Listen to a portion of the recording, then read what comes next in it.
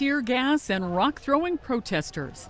A fourth day of violent protests in Cairo is putting more pressure on Egypt's military rulers as demonstrators call for a transfer of power to the country's civilian leaders. Meanwhile, the United States is threatening to cut more than $1 billion in badly needed aid. Thick white smoke clogged Cairo's streets as thousands of protesters threw rocks at Egypt's security forces. Medics set up field hospitals to treat the injured.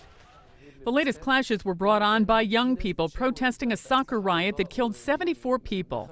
Protesters accused security forces of deliberately failing to prevent the bloodshed.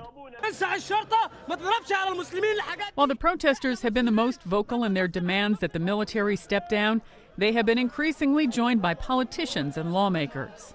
A council appointed by Egypt's military leaders has proposed speeding up the transfer of power. The council suggests opening the door for nominations in late February, which would allow the vote to take place as early as April. Meanwhile, Secretary of State Hillary Rodham Clinton issued a warning over the weekend to Egypt's foreign minister. She says failure to resolve a dispute over Egypt's crackdown on U.S.-funded groups that promote democracy and human rights could lead to the loss of American aid. Sandy Kozel, The Associated Press.